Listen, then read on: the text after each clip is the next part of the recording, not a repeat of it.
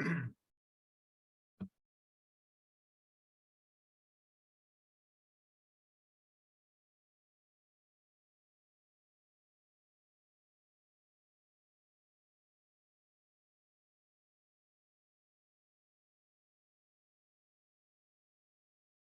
guys, let me get you promoted here. So hang on just 1 second.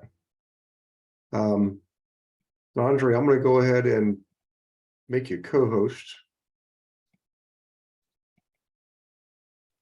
Let's see. As soon as I see that go over there to the panel side, I'll promote you. Mark, good to see you, buddy. Appreciate you being on again. Okay, Andre, hang on one momento. Let's see, Andre, make co-host. How's Gary doing? Fantastic. Little bit. I pushed my 59-year-old body a little hard this past weekend, but did you? That's okay. What'd you do? I went to my alma mater for a annual homecoming football game, so I drove 8 hours down Friday and went out both nights and had the game, parade game, the whole 9 yards Saturday, and got up early.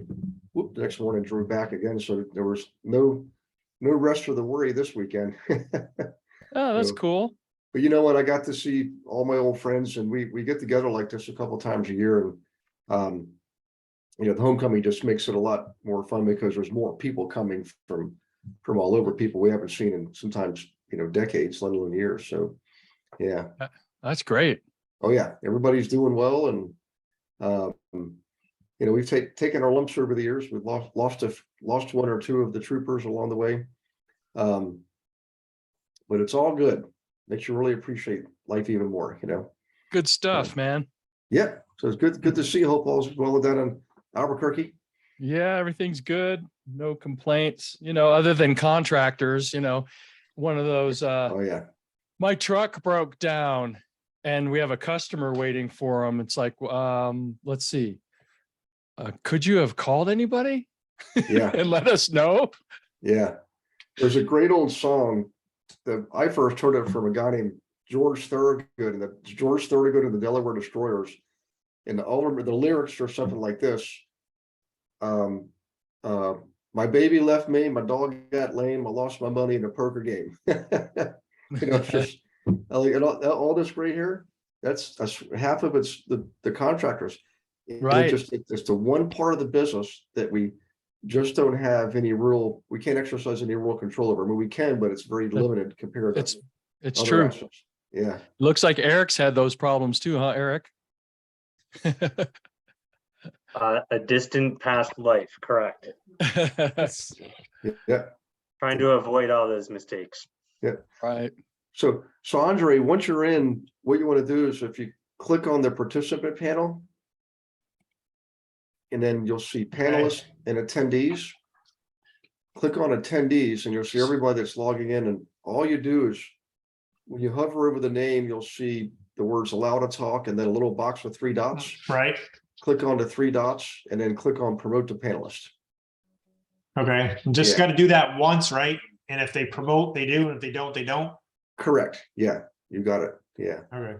Thank you, sir. And we should have a pretty full house tonight. So you never know, though. It could be 25, could be 45. We've had as many as 105, but I usually give them a few minutes. So let's see. How you doing, Andre? I'm doing pretty well. Good to see you, Mark. Nice to see you too. What city are you guys from, Eric and Andre? Eric is Old Lyme, Connecticut. Connecticut, okay. I just moved from Atlanta, Georgia area to Northport, Florida the first time, and then we got wiped out by the hurricane and had to move to Venice, Florida. So I moved 3 times in the last 3 or 4 weeks. Wow. Today's actually the first day I got internet, and the first day I'm kind of getting back to normal. Oh, good for you. We'll have to meet up sometime. I go down, I'm I work out in Sarasota as well. Oh, really? Okay. Mm-hmm. Yep. Yes, that's not far. Well, Mark, you'll love this. The week before, or the week Andre moved down there, we were texting each other, or maybe it was on Zoom or something, I forget. And it was like it was a week before the hurricane. I'm like, Andre, you're gonna love it down here, you know. Oh no, right. I loved it for a good week and a half, almost Yeah. 2 weeks. It's still good. It's just, it is what it is. We thank God that no one got hurt and we finally got a new house. Yeah, I You know? moved down to Florida. Well, I was in California and then I moved to Florida to sell homes back in the 90s in one of our developments. And that's when Andrew hit. Oh, wow. Like, so it was like, welcome to Florida. Although I had spent, a lot of my teen years there, but we didn't have any hurricanes at that time that hit. But it was, it's crazy out there sometimes.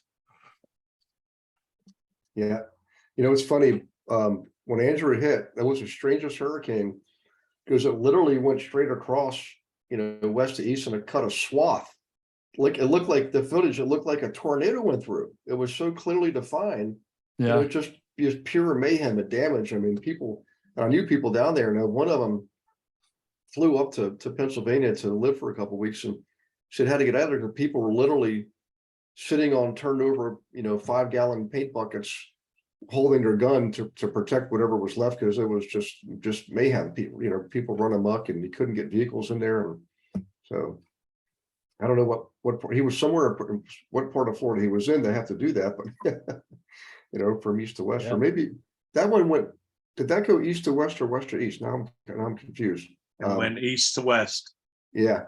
And it was, so Randy, you remember, it was like from the footage, it just looked like a clean, somebody just went in there and bulldozed everything, It practically did. Yeah, it was, that's right. Anything that was in its way just took it out. Yeah. Including my house. Oh boy. Hey, coming up to Inglewood, we're ready for you now. Yeah, thanks. well, actually, I found a few places that might suit you. Remember, you were telling me a place where you could live in the upstairs and use the downstairs for retail. There was an exact place just like that right off of Dearborn. Okay. Yeah. Well, I was supposed to go this week, and I'm last week, and I didn't because I thought it was going to be still too much of a mess. So I went to Orlando instead, played golf. Okay. Well, the major highways, Alligator Alley should be clear by now, and going up 75, I think, is all opened up. But for a while there, it was covered in debris and sand. It was crazy. So yeah. Hey guys, so tonight, what I asked Mark to do is really just use one of his own properties as like a case study to kind of go through start to finish. So we've had several classes over the last year about, how do you identify rentals? How do you analyze rentals? How do you manage rentals? Things like that. But I thought having a comprehensive example that's, current times would probably be a good thing to do. And when Mark and I first talked about teaching, that was actually the subject. And then I thought, well, let's do that one second and do the YouTube first. And it couldn't be more timely because the market is absolutely changing right in front of us. Everybody I speak to, guys, daily, it's the same repeat message, whether it's you and I having one-on-ones or podcast guests. So really the key is to always try to be in front of the curve. You can't be afraid. You can't worry. You can't think, well, am I guessing? What if I'm wrong? Can't think that way, because when it comes to the investor business, investors are always in the game. They're always looking. They might buy more properties in a down market because they can afford more, but they still look. And in an up market, the point is you always have rentals. And that's why I've always liked them. It's not very glamorous. It's the tortoise, not the hare. But boy, I tell you what, the clock is always ticking. Time goes fast, and those properties continue to build in value, and you continue to raise the rents. And over time, you look back like, holy smokes, I've made it. So in any case, I may have to tap out at 8.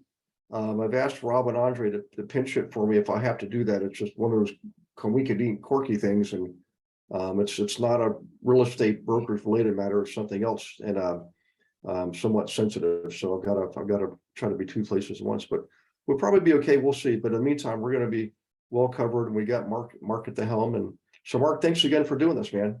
Oh, it's my pleasure again. Good to see everybody. Always love being. I just talked to an investor.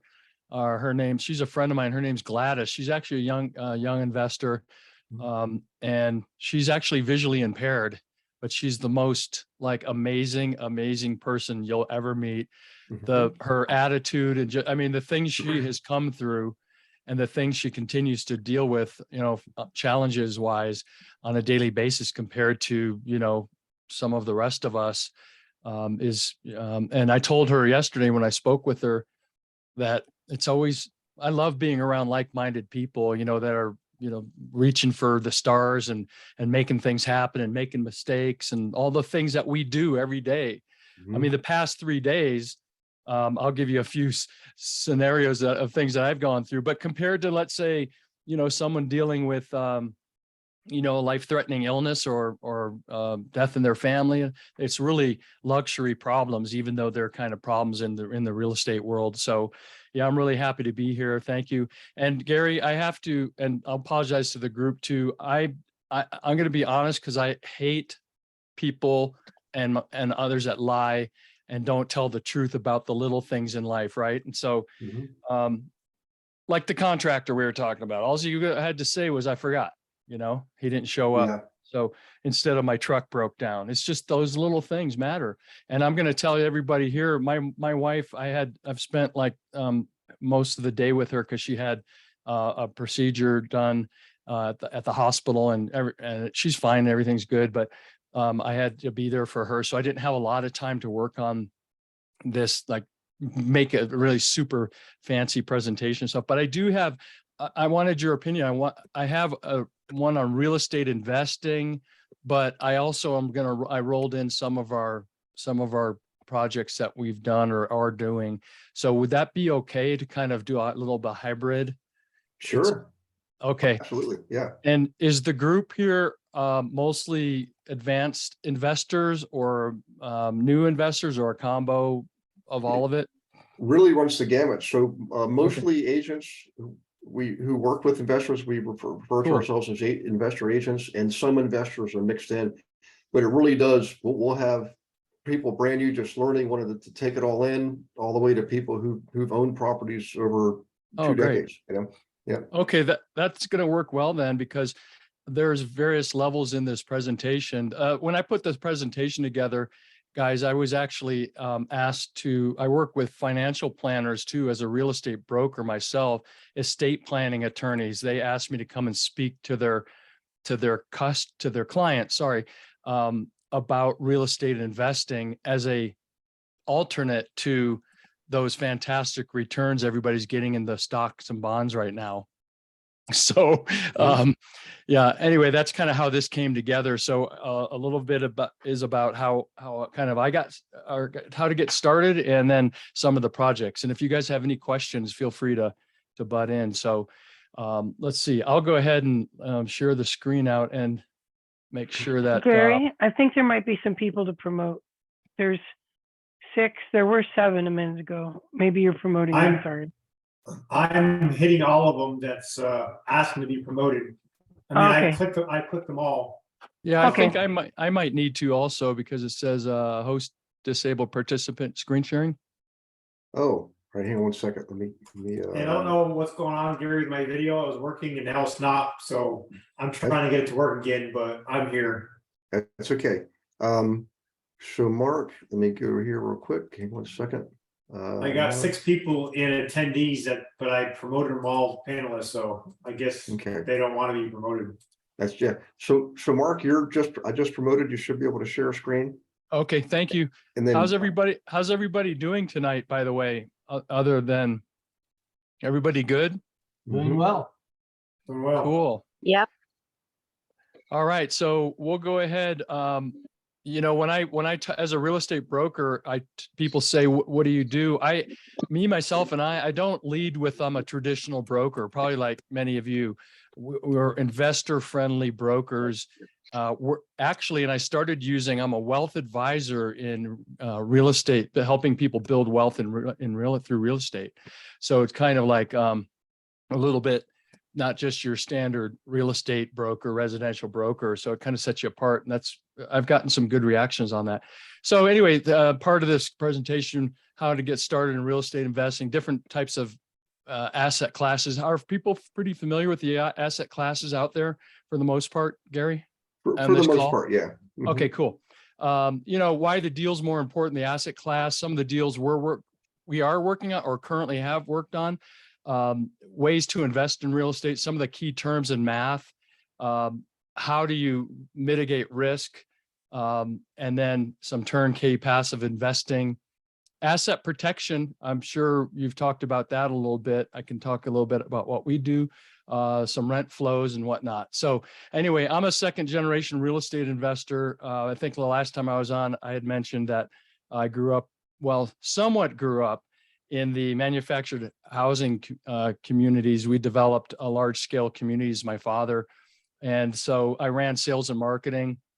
I've been a sales guy my whole life. I love helping people. And so that's why I love sales. Plus it's very strategic. A lot of people don't realize that.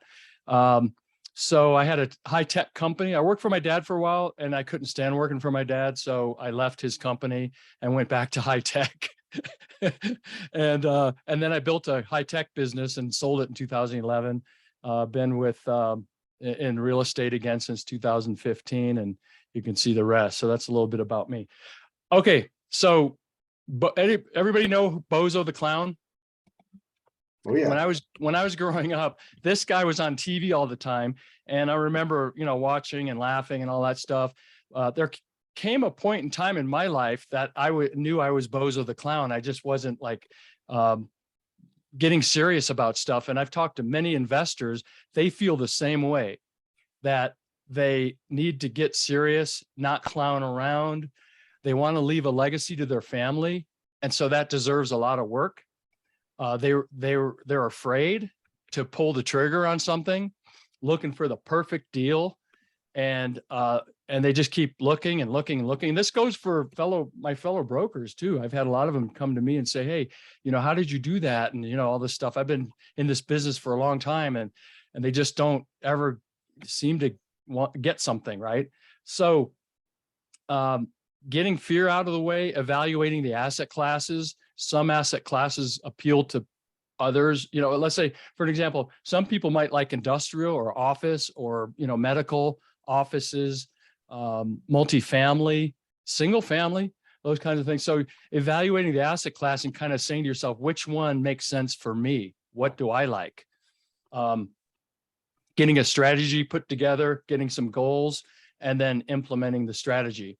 So just real quick, I'm kind of blowing through these on purpose because you guys already know, but the different asset classes, we've got single family homes. We've got like fourplexes, tris, duplexes, 5 doors and up, commercial, multifamily apartments. And then, you could get into mobile home parks down on the bottom left, or, larger class A type apartment buildings. Some people love that. So this is one of the deals that we bought in 2020. Yeah. I've bought 10 properties in the past 2 years, you guys, not bragging at all. Just, has anybody ever heard of the deal, the law of the first deal? I think Michael Blanc says that. Does anybody know about that? No, I don't know if I've heard that. Yeah, go ahead. Yeah. Basically, before we bought this, I was looking and looking, just didn't find. And then all of a sudden, boom, this shows up.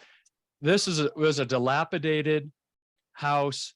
You can't really see it. You will in a minute, but the shingles are all jacked up. There was holes in the roof. It had been in the neighborhood vacant for 4 years, not taken care of, as you can tell. And so when I saw that, it was like, and I went inside, I said, I like that. That's a piece of shit. I like that a lot. So I want to buy it. So that's what we did. And it had termites. Obviously water damage like crazy. And most people would be running for the hills on this one. And I saw a lot of potential in this house. So I put a deal together with the owner. I bought it for $60,000, a 3-bedroom, 2-bath home with a nice workshop in the backyard. I should say we, not I. When I talk about I, it means we, because I do. My wife is obviously part of our operation, and so it's a we thing. But we put, who wants to venture to guess how much we put down on this house to buy it? $500. Who said that? Susan. Susan, you are correct. It was $500. $500. So those that are out there that say you can't buy a house for $500 or control it, or, or I've bought houses for no money down too. Just tell them that it's true. You can do it. It's just a matter of solving, as Gary has said many times, solving the problem for the seller, figuring out the problem and solving it. The problem was I don't want to deal with this nightmare anymore. So repairs, we gutted this thing. I mean, all of it. It had new electric, new plumbing, obviously new shingle roof, new decking where needed, termite, and everything else. You name it, it was replaced. The furnace, the hot water heater, everything. So we put about 80,000 into it, right? So total in roughly was about 140. Very minimal holding costs, really, during the period. We held it for 7 months. This was a flip that we did, and I wish we would have held it. But because we're not really flippers. We like to buy and hold, but this particular one, we were trying to build some capital. So that's why we did that. So sold it for 140,000. I'm sorry, bought all in 140,000. We sold it for 240,000. That was the net. Nice. And here's what it looked like after. Wow. Put some gravel in the front, an alarm system in. I put what do you call those, Nest thermostats, and I put Bluetooth radios in the new bathrooms and everything else. And I have a little video on this. Would you guys be so inclined that you would like to see the video on this? Yes. Sure. Okay. And Mark, while you're, I'm going to make the, when you do the share, remember at the bottom of the box, the panel that has the share options. Yeah. Look for the one that says optimize. Right. Percent. Gotcha.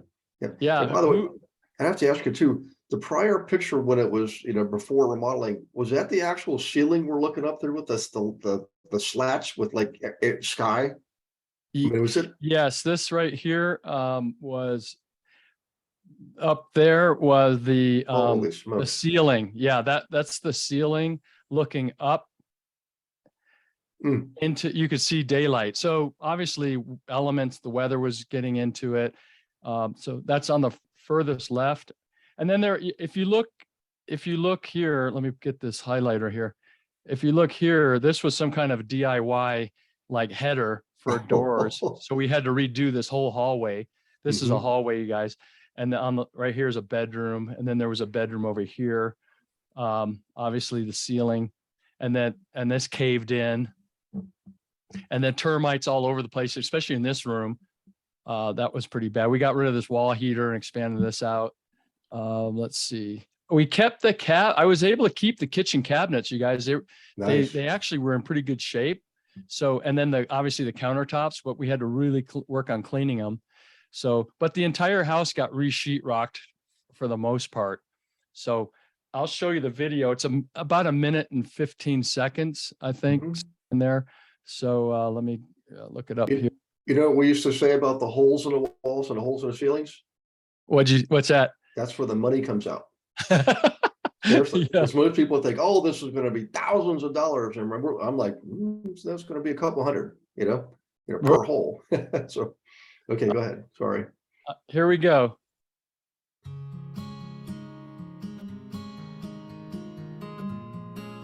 Single car garage, obviously.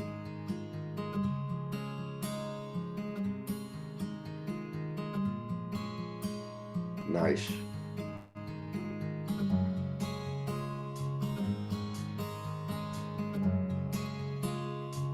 Very pretty.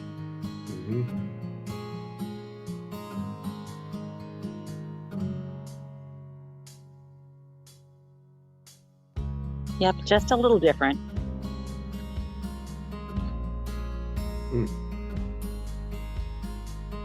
that was an added on room that gave it more square footage, which was nice. Completely different house. It looks amazing. That's like a cultured marble that is fairly popular out here for median homes. There's the workshop. It had full electric in the workshop too. Nice.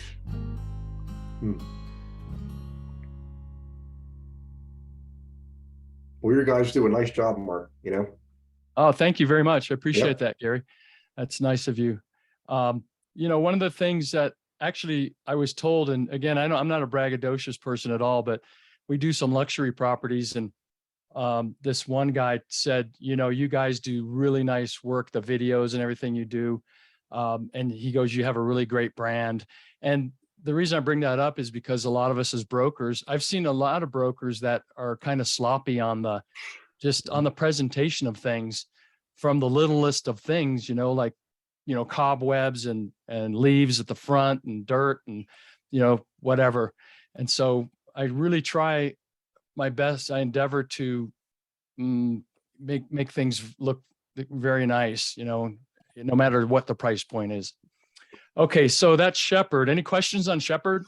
Yeah, a couple questions. Oh, actually, first a comment, then a question. So guys, I want you to think back to when Mark taught last month about using YouTube.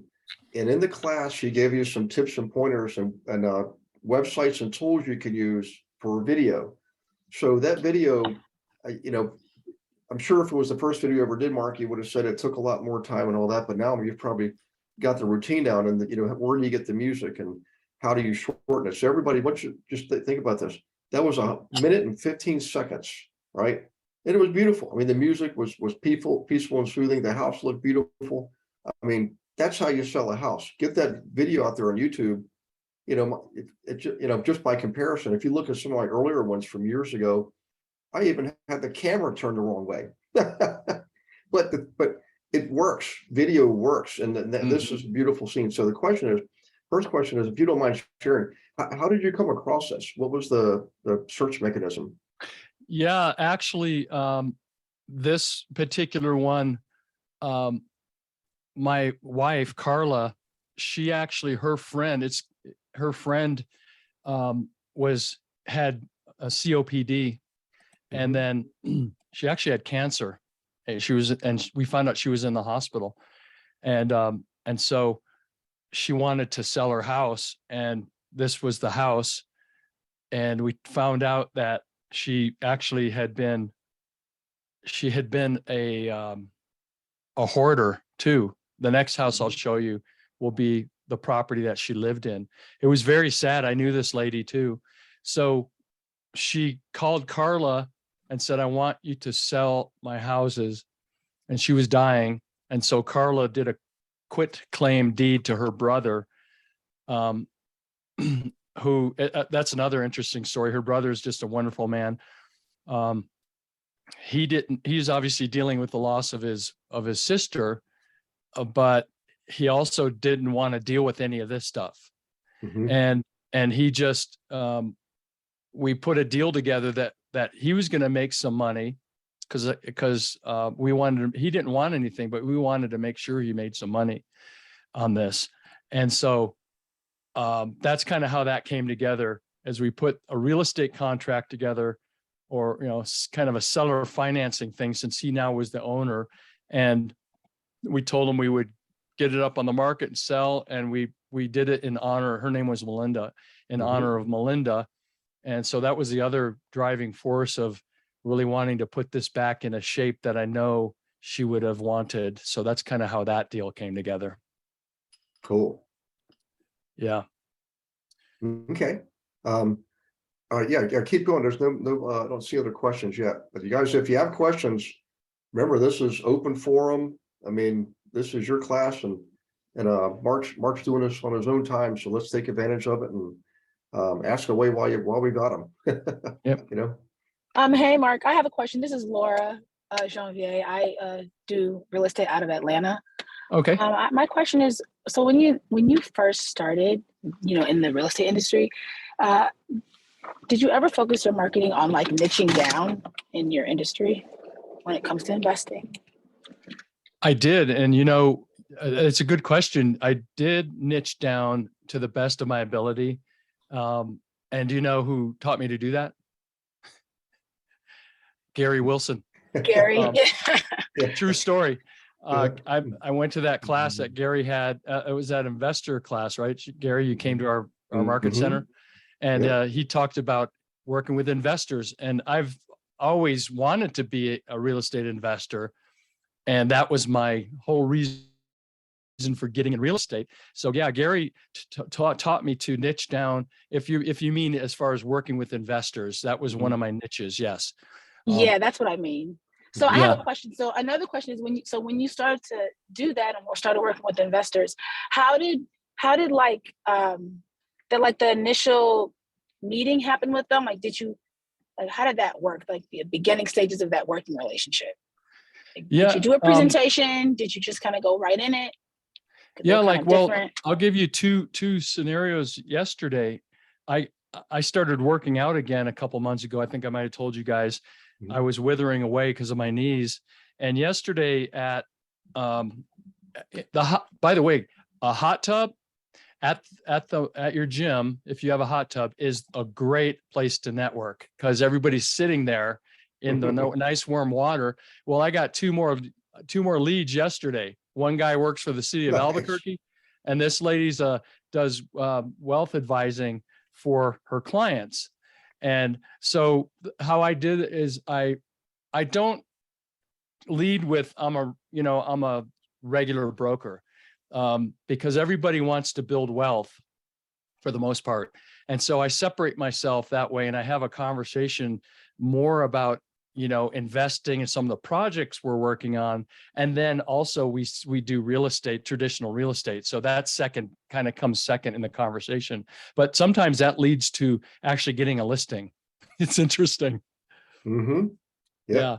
That's what that comes down to is being present and really being the model. You've heard the old saying, be, do, have. You have to be that person to take the actions intuitively, just being present in the moment. And Mark was aware of the situation, and it was I'm sure it was automatic. If I know Mark, he probably really didn't think much about it. It became natural because he lives a model, and as a result, you have the results, Laura, also, I don't know how everybody else thinks, but there's so many I answer it this way when people go, oh, my brother or so-and-so is a real estate agent. Or I say, like I said it yesterday, this guy got referred from our next door neighbor to her brother. But I've had people say, oh yeah, so-and-so is an agent. My friend's an agent. I said, yeah, agents are like everywhere. They're like a bad cold. I said, but there aren't very many good ones. I said, I'm a good one. I say it just like that. And people might think I'm arrogant, but I want to separate myself from the masses out there. No, Mark, I agree. I really agree that you have to separate that way. So I have one more question for you. This is my last one. It kind of leads into you and Gary talking about, you and Gary talking about like mindset and how you have to embody being an investor. So what are like three things you can tell the GIA team about, like in your own business, how do you embody that? Like your three main things, I guess, right now, currently. So the question is, how do I embody like the mindset? So when you're looking for the leads and the clients and doing the conversion, like how does I can do that. May I show you something? I think I might have showed you last time, but I want you to see every morning. You probably won't be able to read this. I'll read it for you. Every single morning, except maybe Sunday, I write 3 things in my planner, and I use an electronic calendar, but I also use this Franklin planner to do my tasks and stuff. Okay, the first thing I write is being of service to others. I think I mentioned that last time. Second thing I write is $10 million increase in real estate holdings by 2027. The third thing I write is add 100 doors by 2027. And that's just part of my mindset. I wake up, this is my routine. Wake up, have a little coffee, sit on the side of my bed. Many people know I'm in Alcoholics Anonymous. I'm not at all shy about saying it, going on 22 years now. Congratulations. Thank you. Bravo. Thank you very much. You know, Yeah. it's not part my work, part other miracle work, right? From above. But I read out of a book every day. There's each day has its own little reading. It takes me 3 minutes, and then there's a prayer, and then I close it. I figure out what motivational video I'm going to watch in that day in the shower. I have a little stand. I put it in the shower today. I watched Les Brown on motivation. So I always something motivational, or it has to do with learning, like how to calculate cap rates, or what are wet utilities and developing all kinds of. So it's just a hodgepodge of things. But that's my routine. And then I come into my home office. I start doing my planning for the day for the most part. And then I start making phone calls, stuff like that. So the mindset is really just more about my systematic approach to getting my mind right. Does that make sense? Yeah, it does. Thanks so much, Mark. Thank you. And I believe I'm going to make it, even though I'm going to be 63 in a couple months, right? I believe I'm going to hit my goals of increasing to $10 million, increasing my net worth by $10 million by 2027. I believe that, and I work towards it. And the other thing is, even though I'm afraid sometimes of doing things, so that's kind of how I try to keep the negative stuff out of my head, even though it's hard. Yeah. Mark, there's a question from the attendees. I don't think they can actually chat. They can do Q&A. Rachel Dufresne or Dufresne, I'm not sure how to pronounce that, Rachel, I'm sorry, wants to know what kind of financing was used to purchase the Shepherd home. Oh, good question. So not the Shepherd home. Okay, so real estate contract, and I took over the payments from Melinda. She was paying, I believe it like Wells Fargo or something. So we structured it. We're taking over payments, 500 down, and we're going to put all the capital improvements in, which we self-funded, by the way. We didn't get a loan or anything. And then we sold it, and then we paid off the original loan that she had. Does that answer your question, Rob? I think it probably did. What You did I really miss? use financing. You just structured a deal with her to make her payments with the $500 down, right? Yes, sir. So yeah, it's called a real estate contract. In some states, I think they call them like seller financing, owner carry. There's different terms, but it's basically a contract between you and the seller stating the terms of what you're going to do. In this case, we said, we'll pay the mortgage for you. We'll pay all the taxes and the insurance and all that. You don't have to worry about any of it. We'll also update the house, and then we're going to sell it. Are you okay with that? And obviously it's all in writing. So yes. Then once we got a contract on the property, at closing, they paid off the underlying note and then gave the seller some additional money as well. Got it. Okay, get that, that's a Rachel? little pardon? I was asking Rachel if she understood that.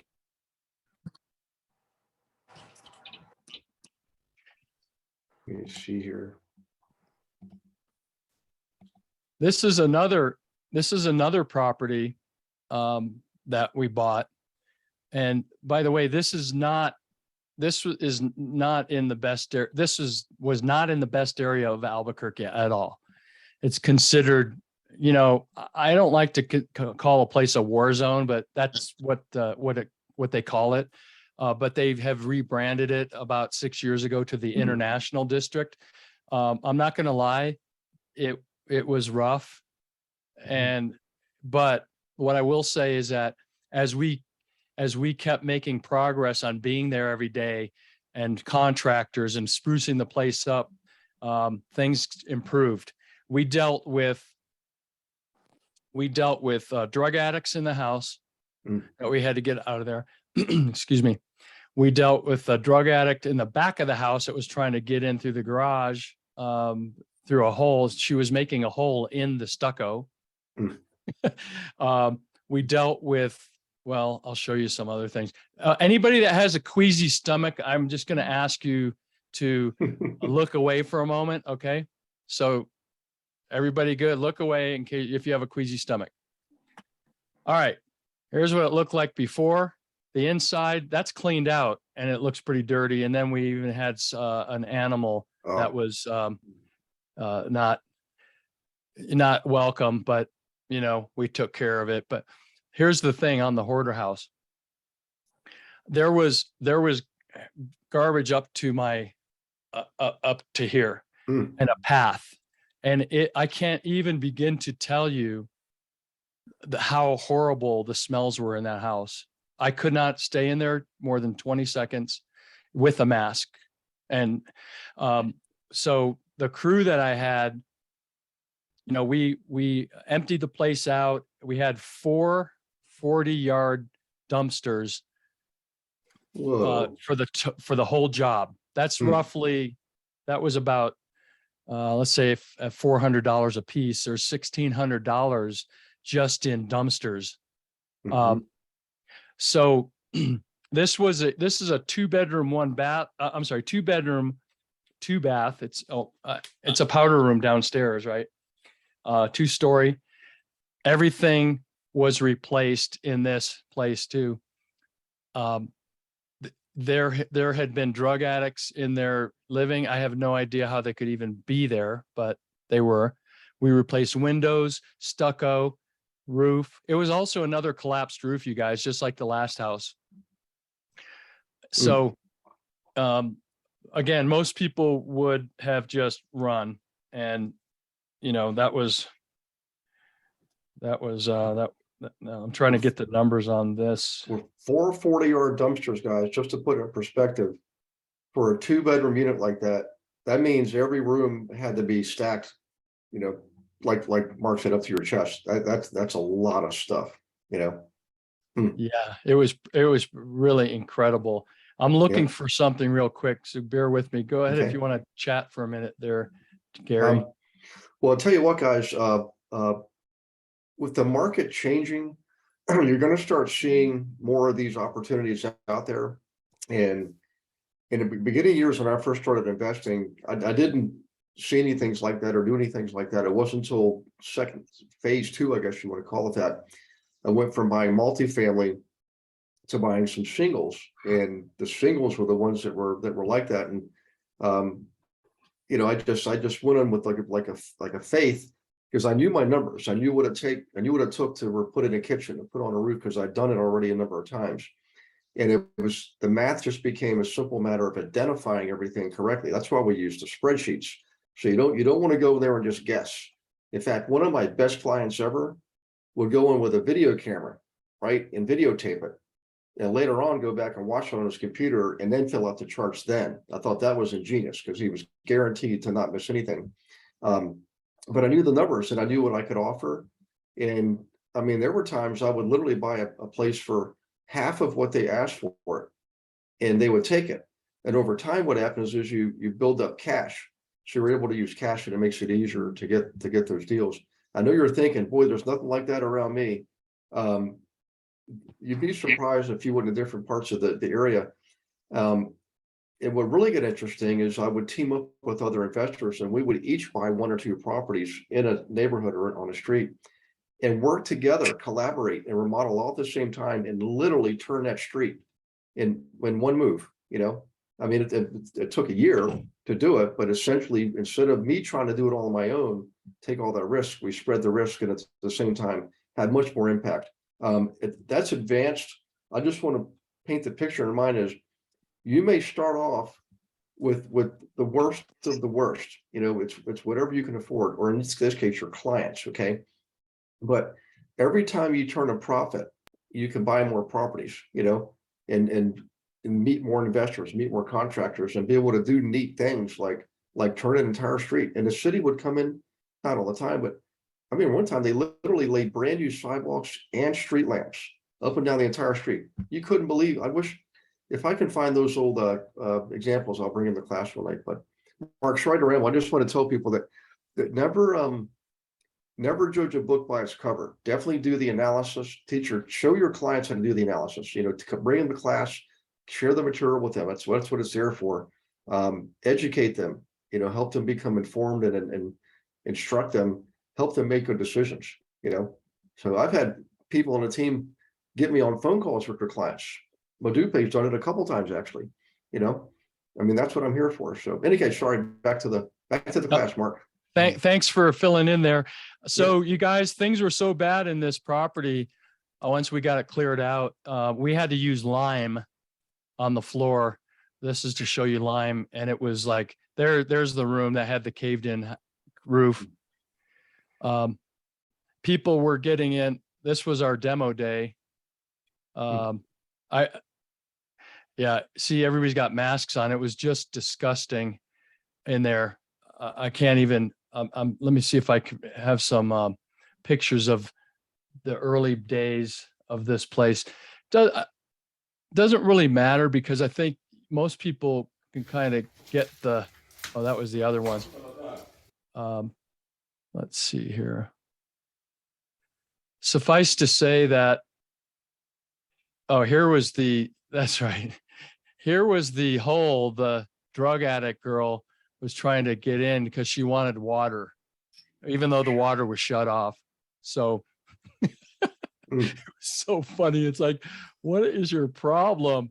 I had my crew out there really quickly repairing it.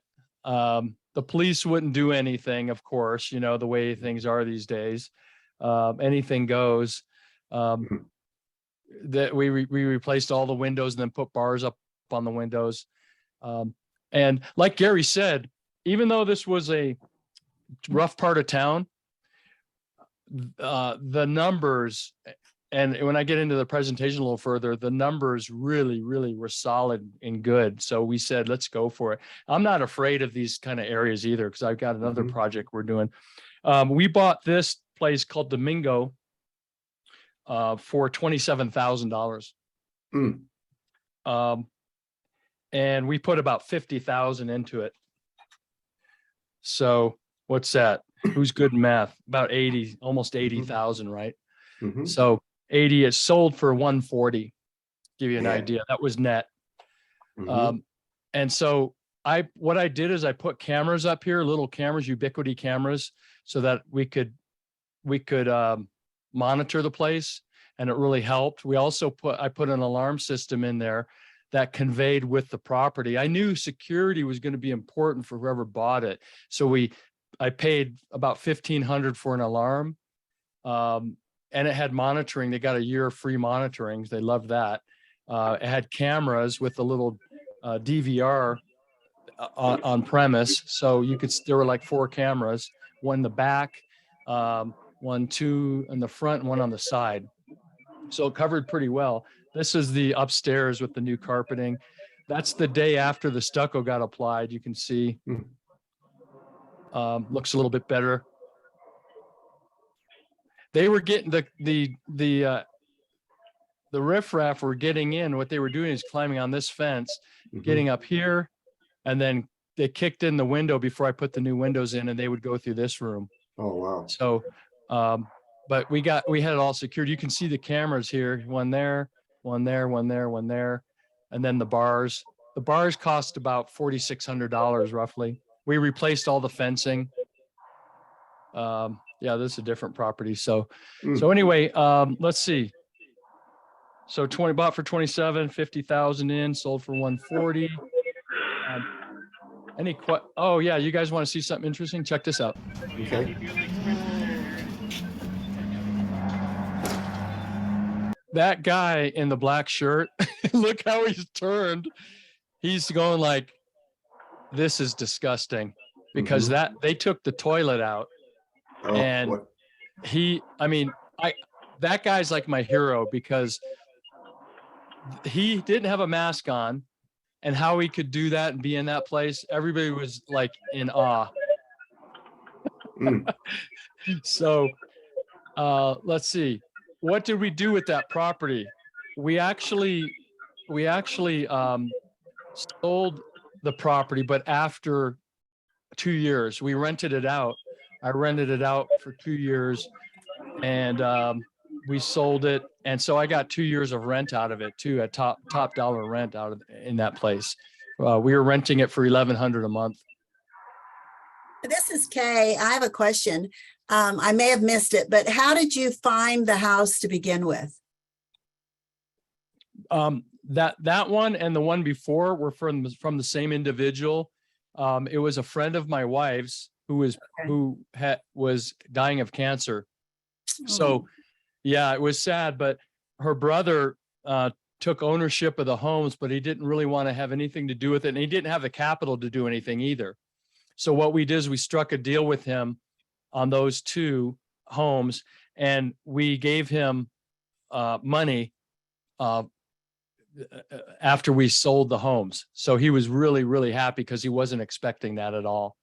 Yeah, he's a really good guy.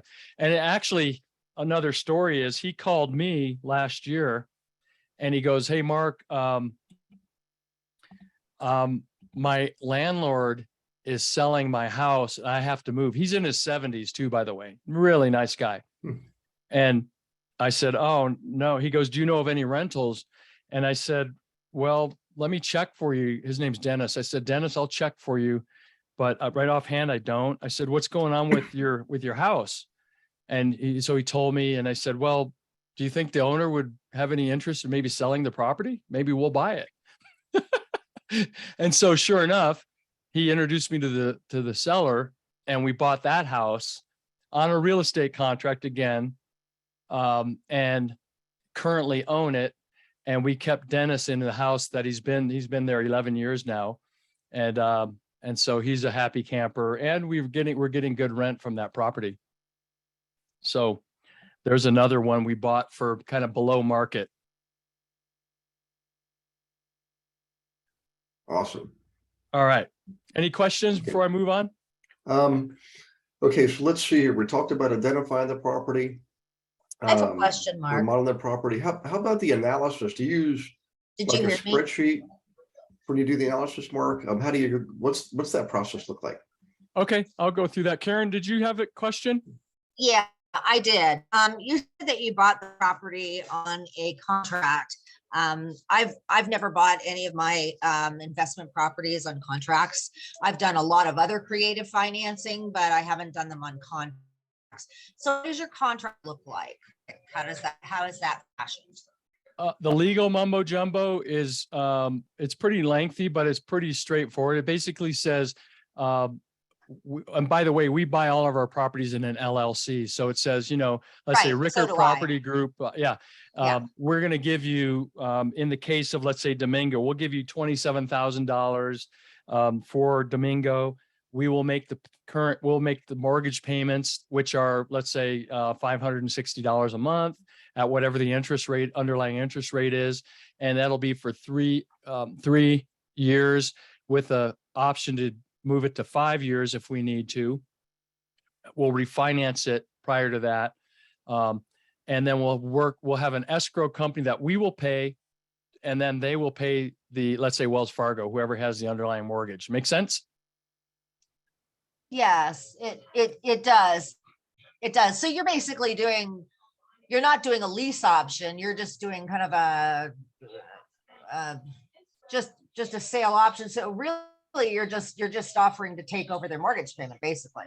In that case, yes, but there are different, obviously different structures that you could put together. It depends on the seller and their motivation. But in that case, yes, that's what we did. We say, we'll just take over payments. You don't have to worry about any repairs. We'll take care of all the repairs. We'll pay the taxes, insurance, and all that stuff. You're out. When we sell it, you'll get some money, whatever is agreed to.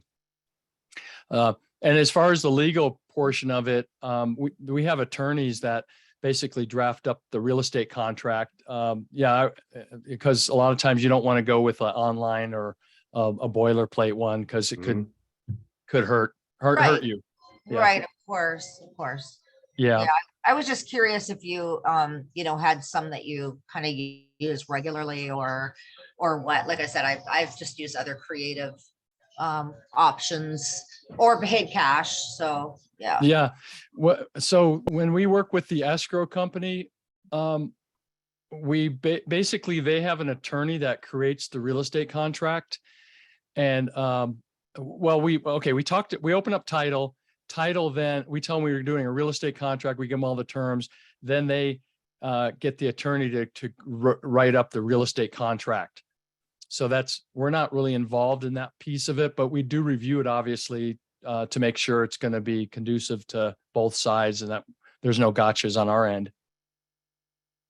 Yeah. So Gary, getting back to your part, it's a good question because yes, what I do is this is one of the things that I love to do, and that is to analyze deals. Don't worry about any of these numbers, you guys, just more concept here.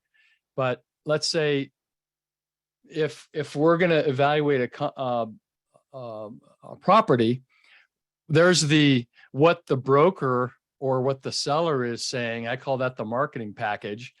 In other words, I don't believe all of those numbers. They'll always put like, oh, there's only 12% expenses, which is, we all know is ridiculous, right? So you want to put in the proper expenses, but I start at the top. What's the asking price? How many units? Hold on, let me get this little, how many units, price per unit, how much down? In some of the cases, you might do 10% down. I've done 10% down. So obviously that's gonna impact the numbers in a good way. Then get the loan balance at whatever interest rate there is, and that'll be down further. How much in estimated repairs on that property are you looking at? What are the closing costs looking like? And then here's your total acquisition cost for that particular fourplex. This was actually a real deal that a lot of brokers come to me in the office and they say, hey, I don't know how to price this thing. Can you help me? Because they know I'm involved in this. I say, sure, no, absolutely no problem. And this particular broker, she gave me, out of the goodness of her heart, she gave me 25% referral fee, which I thought was really amazing. And then obviously we get the gross potential income. Does everybody know the difference between gross effective income and gross potential income? Well, go ahead and explain it. Yeah. Well, the potential income, yeah, potential is basically with no vacancies and no loss to leases and things like that. It's basically what could that property produce almost in a perfect world, right? And that's the gross potential income. Then we get to what happens after, let's say you have a property manager there that gets a discount on rent. That's a, loss to lease or bad debt and things like that. And you put that in here, and then you get your gross effective, or your effective gross income. So they're quite a bit different. So if you see these two terms, they're different. I would recommend too, you guys, this is one of my favorite books. It's the Dictionary of Real Estate Terms by Barron's. I don't know, you guys might have it. It's a great book. Lots of terms in there if you're a nerd like I am, and Gary, and probably others on this call. Okay, then we put our vacancy in, and we all know there's not going to be zero when they say on the marketing thing, there's no hasn't been vacancies for years. Who can tell me what they think if you see there's been no vacancies for years? What does that actually mean to you as a potential investor? The rents are too low. Yeah, great. That's right. I wouldn't say anything to the seller though, or the selling broker. Just keep it quiet. But yes, you can put that into your projected later. But yeah, that's a great answer. So then we have other income. I'll show you a project that I'm working on in a little bit, but there's going to be other income on that project. What's other income? It could be a laundromat.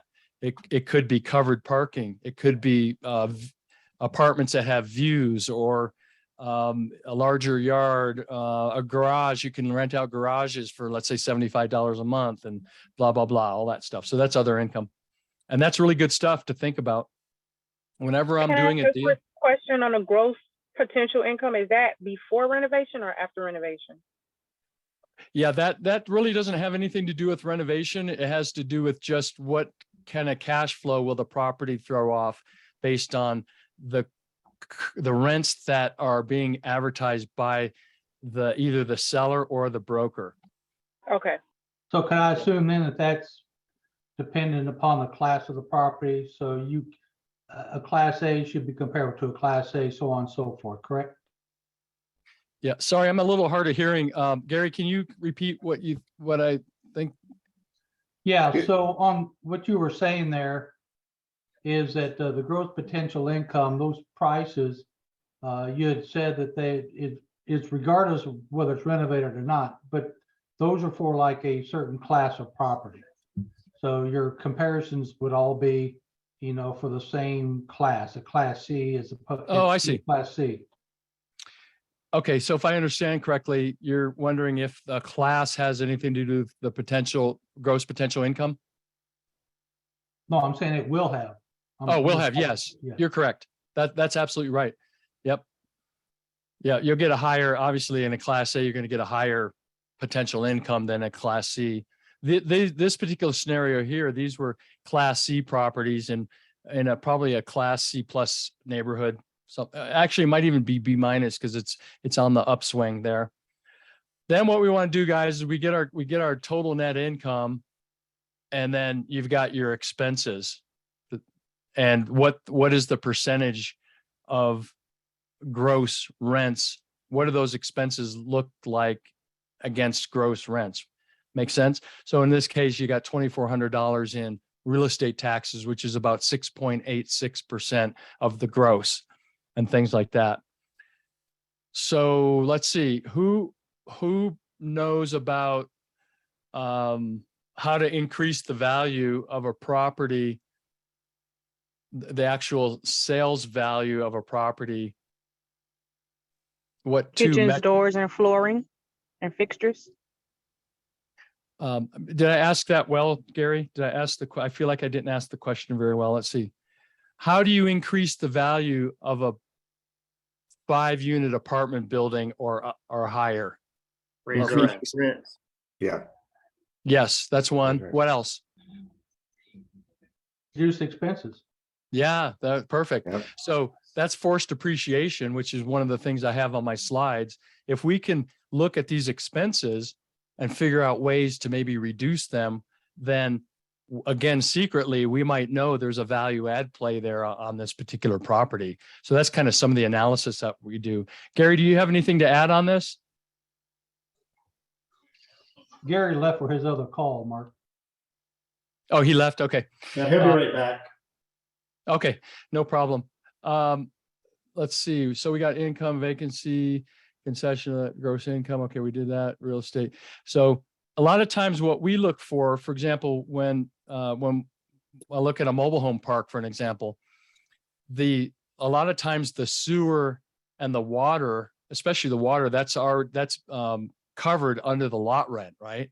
Well, we look to find out if it's, let's say, a 40 space park or 100 space park, what's it cost per space to sub-meter that park? Meaning each lot has its own water meter.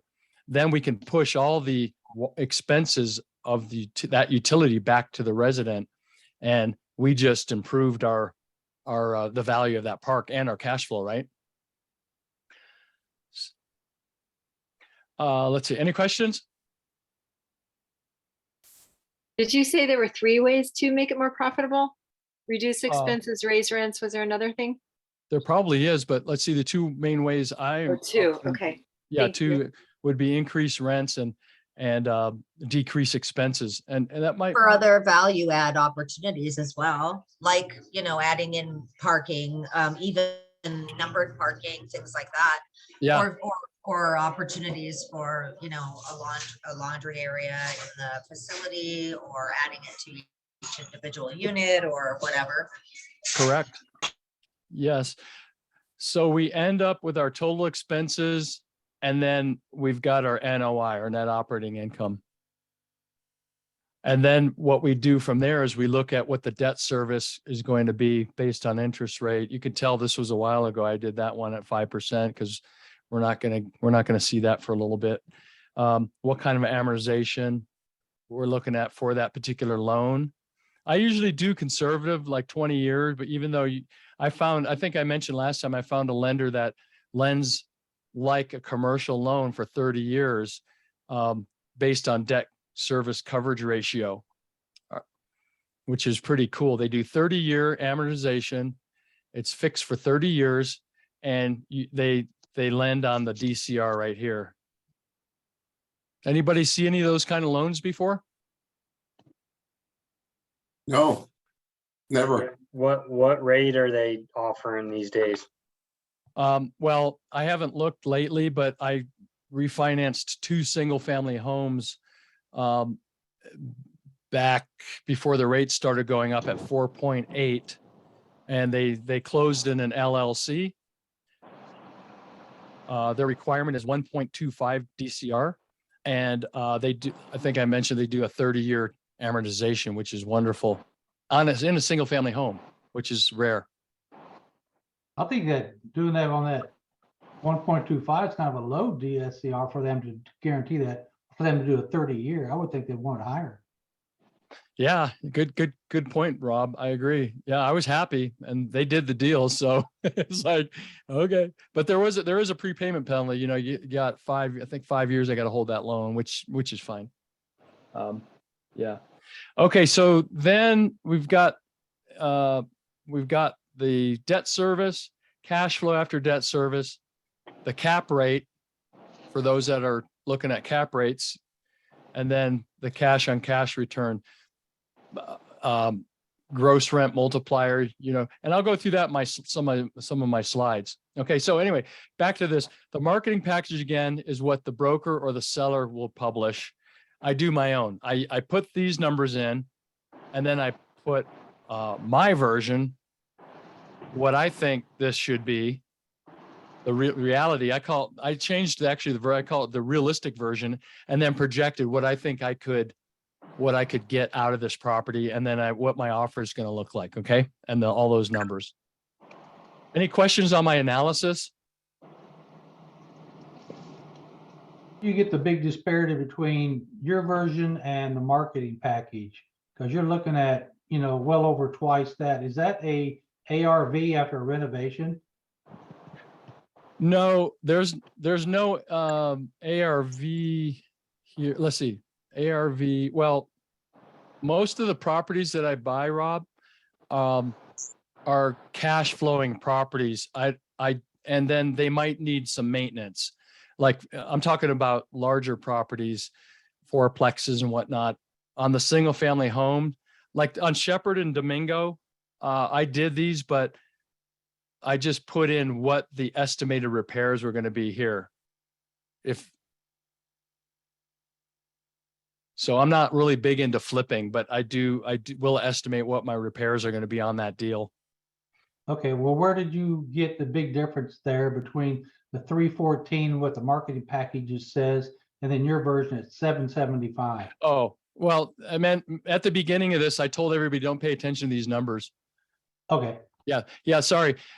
Mainly, I just was trying to show these numbers as more realistic, and these were just they were left over for something else. So that's why I was saying don't pay any attention to them. Okay, I got you. I'm sorry about that. Yeah, that's all right. You did say okay. That. I forgot. So did you buy it for 314? No, I helped a broker price these were 2 fourplexes. Oh, okay. So what we came up with, Kay, was that we put them at 750, if I recall. This is a few months back. Yeah, there were 8 units at 750 was and they got list price for them. Yeah. I have a question. Do you buy out of your area? And if you do, how do you manage the renovation? I have not. We were looking at Indianapolis quite heavily in November of last year. And we decided, and also Florida, because I'm a licensed broker in Florida. But that's where I am, and it's very hard to find something. I'm in South Florida, Davie. It's just okay. My offers get beat out by a lot of other investors. Yeah.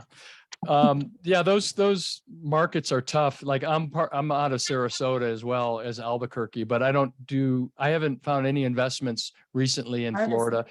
Tampa would probably be an area that I would look at if I was living in Florida like you. Oh, okay. I have family in Tampa. They're actually offering me to come up there. I'll do that.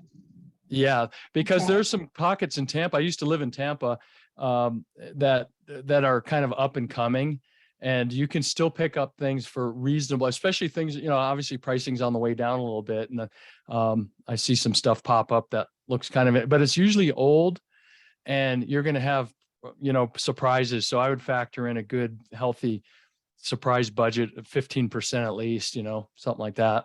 Okay. Okay, so let me go back to this here. We'll go back to the slides.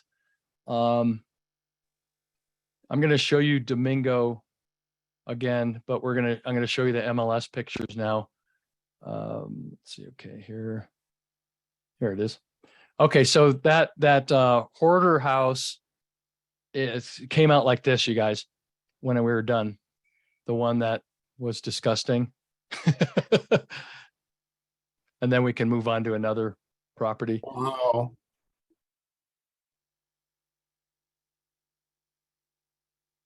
Yeah. Do you put in central air? This house had what's called an evaporative cooler. So we didn't touch it because it would have jacked the repair budget up a lot. Are anybody familiar with evaporative coolers? No. Cooler on the roof? Yeah, I actually personally don't like them, but they use water and this motor spins and this fan and blows cool air and humidity into the property. But they're a hassle. They have to be winterized every year. They leak. There's just one thing after the next. So all the properties that we own, if they have evaporative coolers, we try to do a conversion on them within 3 years as a capital project. So this particular one had a evaporative cooler. They call them swamp coolers too sometimes.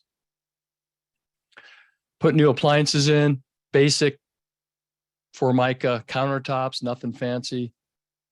We expanded the kitchen out a foot because it was even smaller than this.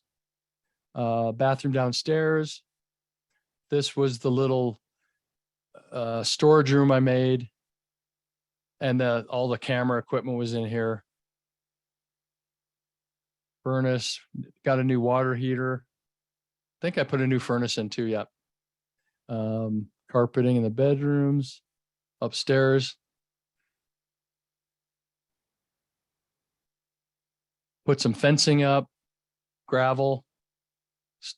Oh, you see that little orange, orange thing up there, you guys? Right here? The swamp cooler? Yeah, that's the swamp cooler right there. Yeah. So that's Domingo. That was Domingo. Yeah. Okay, cool. Let's move on. And then how long do you guys usually go? 8:30. 8:30? Yeah. Okay. Yes. And that's what I'm in. I have 6:12 right now. Where I'm at. That's what East Coast time? About 15 more minutes. Yeah. Oh, 15. Oh, good. Okay. Gotcha. It also depends on what the topic is and how many questions there are. So, so if you feel like you have a lot more value to add to us, please don't feel short. Thank you. I don't know if I'm adding any value. Oh, you are. I think you are. Oh, thank you. Well, here's something a little exciting you guys might like. This is tomorrow night around this time right now. I will be in a city council meeting, or not city council, but the planning and zoning meeting with the city I live in, which is Rio Rancho, New Mexico. And I am working on a 32-unit gated townhome apartment community, a ground up build to rent, and we hold it. So it's called Andalou Townhome Apartment Community. And I wanted to share with you guys a little bit about this. I will, I'll show you these, some of the things about this particular project. And there we go. All right. So this is kind of an overview of it. It's across the street from a school, middle school, you guys. There's a road up here. Let me get this pen again. There's a road about up here. It's called Idalia. And it's a minor arterial, right? This right here, Loma, Colorado, is supposed to be widened, I found out. And it's supposed to connect up here to another main road that feeds into a hospital. HP, the company HP, has offices up there, the community college, and also the city of Rio Rancho offices. So this is heading north. And when I looked at this land, originally this was for sale, and it was already zoned SUMU, so it's special use mixed use. And I was in negotiation with the broker and his client. And before I closed on that one, this popped up, and I bought it like right away. So we got 2 adjacent properties. The zoning isn't what I need though. So some people will go like, well, why did you do that? That's kind of dangerous. And you're right. But I felt confident that I was going to be able to get the zoning because this lot right here already has that zoning. It's called R6, high density residential. So the school right now isn't real happy about this proposed project. So we'll get a little pushback from the school, but we'll find out what happens at least tomorrow. This is a little bit of a different view of it. They didn't put the gate in here. We're going to have a little office here. We'll have a covered and uncovered parking, additional revenue opportunities for the covered parking. I'll be putting some charging stations in. These single car garages will rent also for additional income. And all these here, there's 16 units on the back, face east to the mountain. And so they'll be charged a little higher rents than maybe these interior ones here. And then the ones on the end, all of them have balconies. And the ones on the end here, you guys, like here, I'll charge a little bit higher rent for these on the end because they're private. The interior balconies will have a wall in between them, but they'll still face the mountains on if they're back here. Let's see. So that's 32 units. That's a total project of 32 units. Let's see. Here's the site plan for it. Same kind of, you can see the concept there. And then as far as floor plan goes, we got first floor. By the way, these are 1,224 square feet of living space. It's the living between a box apartment and a house. So it's kind of it's a 2-bedroom, 2.5 bath, upstairs, downstairs with balcony and a 1-car garage. So you can see you come in, here's the garage, entrance, washer and dryer, powder room, kitchen, living room, and there'll be a backyard for each unit. I could build these as duplexes too, you guys. So if I found a piece of land that was already zoned for duplex, I could take this design and use it for that. Here's the upstairs. Got upstairs, bedroom, hallway, bath, and then owner suite here. So, any questions? I have a question, Mark. Okay, so do you already secure the land, or is this subject to purchase, subject to approval by by this borough or area, or how are you doing this? Yeah, great question. So there are those that would say I'm an idiot, and there are those that would say that I'll be super smart if it comes together, right? But I'll be an idiot if it doesn't. And that is, we bought the land. So again, I love real estate contracts. How did I buy the land? I this piece of land right here, where is it? Okay. This piece of land right here, it's 1 acre, by the way, you guys. And I bought that on a real estate contract. I have a 1-year call on it. That means I have to pay it off in a year. I'm making payments on that. Same with this one. It's another acre. When I saw this come up, I knew the broker and I put a real estate contract together on this one. This is 8 years. So what I plan to do, I was going to show you this duplex I'm working on, but that's okay. Once I sell the duplex, I will pay off this guy and then potentially just pay this off too. And then I'll own the land outright. But no matter, before I do any improvements, I'll have to pay off the land. So this I bought for about, they wanted 115 an acre. I bought it for 95. And this one I bought for 60. So combined, you can do the math on that. Right. So you got a bargain, basically. Well, this one here I overpaid for, but I knew that because I have multiple units, I can amortize the cost of the land over each unit. Right. And yeah, this right here, this land is zoned R1 for a house who wants to build a house from a school. And then this again is zoned SUMU. The guy that owned this already rezoned it back in 2009, I think. And then this again is already zoned R6, which is what I'm looking for. So I'm really hoping tomorrow that we have some favorable news, but I don't think it's going to be super easy, you guys, because the schools have a lot of power and they're pushing back a little bit already on they're pretty dumb things having to do with traffic. And also they're concerned somebody's going to go and from here and play, go on their playground and play on their swing set or something. So it's really. So what is your plan? So what is your plan if it doesn't work out? And then the other thing, you know, well, thinking about, you know, because there's a school right across the street, sometimes the municipalities get really freaky about like things like having to go to extra expense, like putting in traffic lights and just, you know, additional things that you didn't really expect that are very costly. Yeah, actually, I have that not all, let's say very well. I've done a lot of analysis on what's going to be required for this particular property in terms of utilities and all that. I checked that before I bought the land.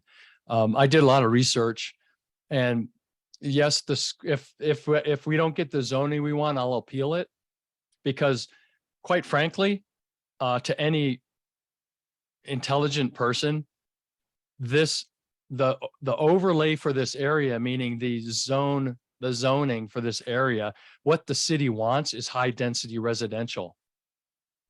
Okay. I already know that. So they're they might poo-poo it, but they're in their own words and in their own writing for the ordinances that they've put out. They want this to be high density residential. So I would appeal it. And if people have good common sense, they'll see that's what the city wanted. And we're giving them what they wanted in this area. And you guys have already approved this. So this guy down here could just like take plans like tomorrow, get them approved and start building an apartment complex there. So they've already set a precedent and approved R6. If I didn't get it, we had plan B was to develop it into the use that it's been, you know, into some kind of a commercial type property and get this rezoned to commercial. How long is the process for this development process, Mark? So far, I've been working on this since July. Now October 25th is our planning and zoning meeting. I've already worked with the city on the design review committee. We had that meeting. So let's say if they approve it, we'll probably be looking at another 2 months for final for the vote, a month to 2 months from the governing board. And then I have financing kind of on the back burner right now with a couple of construction loan bank and a credit union that are interested in the project. So we would pull the trigger on selecting that and then looking for a general contractor and whatnot. So that's kind of where we're at. So possible we could start construction next summer. Okay, and do you have to have the plans, architectural drawings and stuff before you go to get it rezoned? Yes, you have to have a site plan, a floor plan, and a rendering is good. So if you go, but you're bringing up a good point, Rob, kind of in an indirect way. Me, myself, and I really like new construction as opposed to buying. You know, we've bought a lot of stuff, and some of it turns out to be, you know, surprises behind the walls. Of course, even we're all real estate people too. We know how to kind of do inspections and all that, but still you end up with surprises.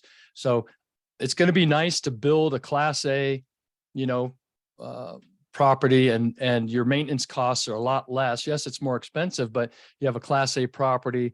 And then if you decide to dispose of the property in 5 years, you can sell it at a 5 cap or better. And there's a lot of equity buildup in there. So you really only needed schematics and a rendering. You didn't have to have detailed with all the electrical and all that stuff to go forward. That's right, Kay. If you find a piece of land and it's zoned the way you want it to, you get a good architect that has experience in doing that type of project. Tell them you got a piece of land, you want to build, you want to talk to them about, you know, maybe doing an apartment or whatever it is that you want. And I need a site plan. I'm going to need renderings and also a floor plan. But do your research on the land first before you go to that step, because this costs us about, let's see, so far about $5,000 for the architect. Yeah. And then there's what's called an entitlements company. Are you guys familiar with that? No. This is there. Here's a really exciting thing too, that a lot of people, I've learned so much. You can buy a piece of land, get it entitled. An entitlement company, they'll be with us tomorrow at the meeting along with my architect. Okay, what do? They have experience in working with cities, and they write what's called a justification letter. And the justification letter speaks the city language of why this project should be built, or why you're going to do a duplex or a fourplex or whatever it is you're going to do. Single family home too, if you're going to rezone. And so that you pay them, like our cost for the entitlements company is about $5,000. That's another 5,000 or a little bit, call it 6 really. And they will help represent you at the city meetings. So and here's the really cool part. You ready for, who likes to flip? Who likes to flip here? I did it for 10 years. Oh, cool. Well, check this flip out. You get the land, you get the renderings done, you get the floor plan done, you get the zoning done, and you got the site plan, everything. And guess what you can do with that? Flip it. You can flip it to a developer or an investor as a finished product and mark it up. Isn't that cool? Right. And, you know, I'd like to add something too, because I think it depends on the state as to what you can get approved through your municipality. Because I know here in Pennsylvania, you know, I'm looking at something different. I'm working with some clients, and they have 104 acres. And I love ground up opportunities like this. But we're looking at about $32,000 for them to get something approved through the municipality. And because they need something, not only an artist or an architectural you know, rendering, but they also need something from the civil engineer, you know, and that's not even including the you know, something from the surveyor. You know, they're just that's just from the architect and from the civil engineer. And this is the property that already has utilities. Oh, wow. Yeah. Yeah, because they've already had a building on it. That's So really great. it can vary a great deal. And I think that it definitely matters what municipality and what area you're working in. That's so true. Yep. Like Albuquerque is a lot different than Rio Rancho. You know, here's a weird thing. Rio Rancho has a shortage of 5,000 rental units that we need here. That's just Rio Rancho. Okay. And then you get pushback from the city because they're not going to approve. What do you call it? They're not in favor of this project. The city, there's fishiness that goes on.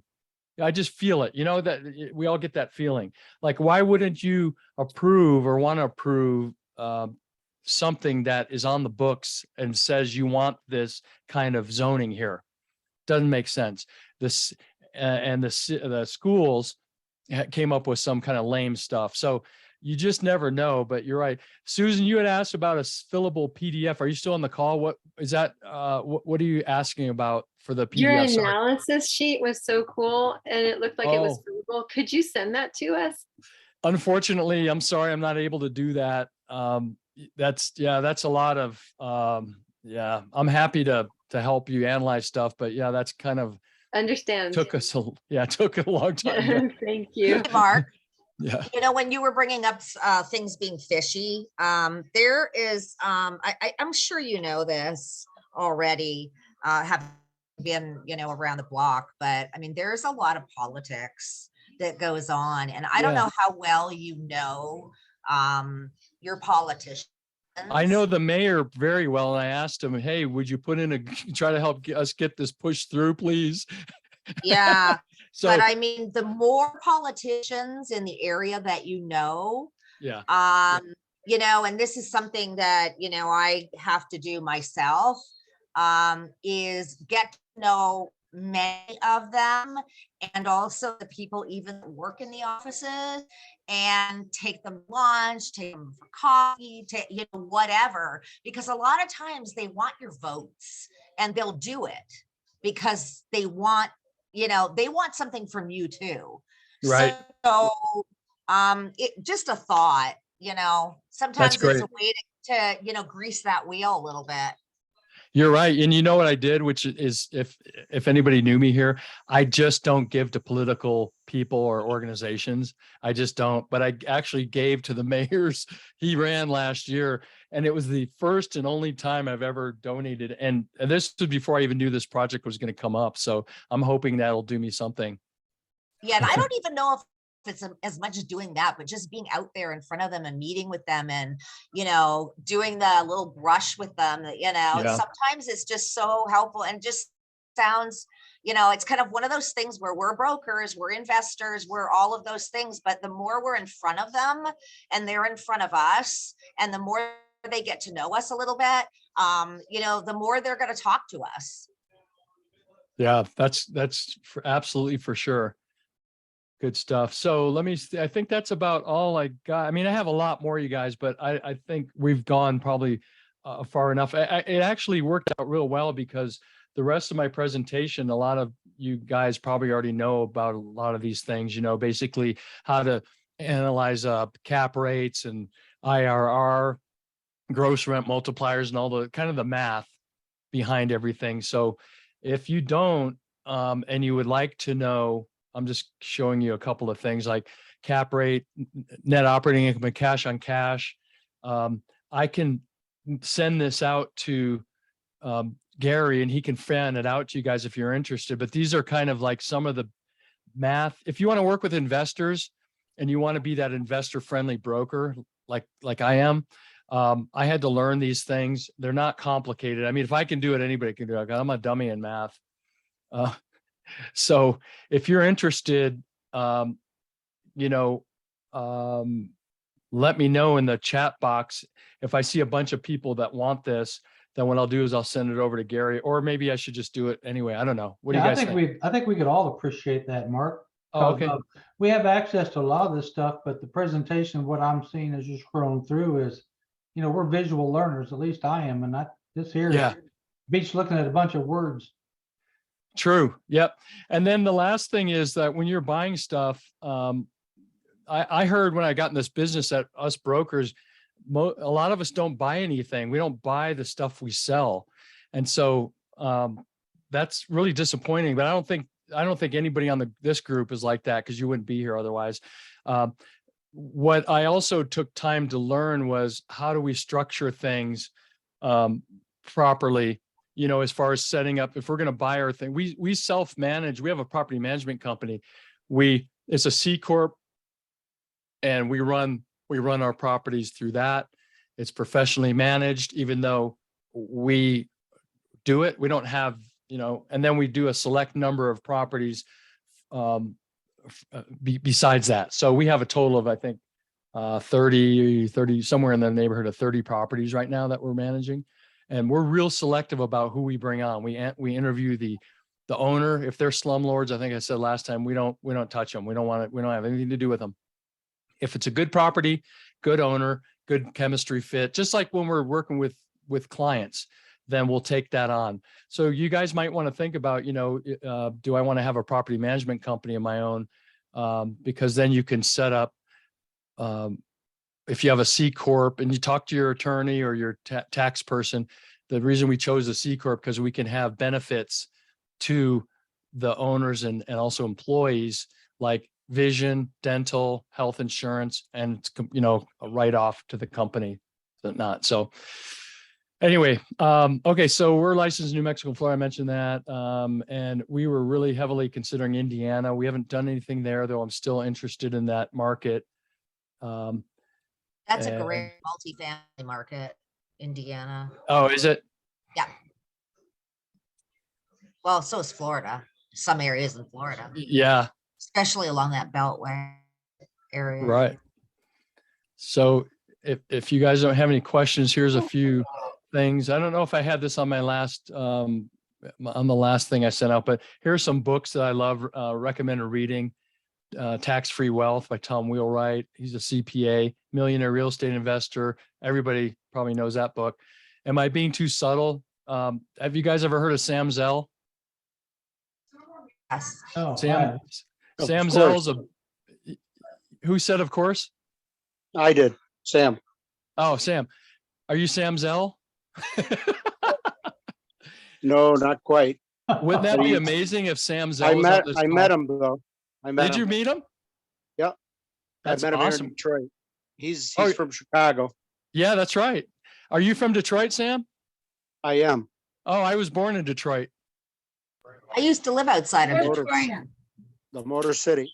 Yeah, I was born in at Grace Hospital, and then I lived in down in Detroit proper, and then a portion of my life. We left when I was 8, but I still have family out there. But yeah, Sam nice. Zell's very cool, guys. He's a billionaire. What's that, Pete? Mark, would you mind making this slide a little bigger? Oh, but how do I do? Oh, yeah, that's right. I can just hold on. Change Sorry. your slide size. Okay.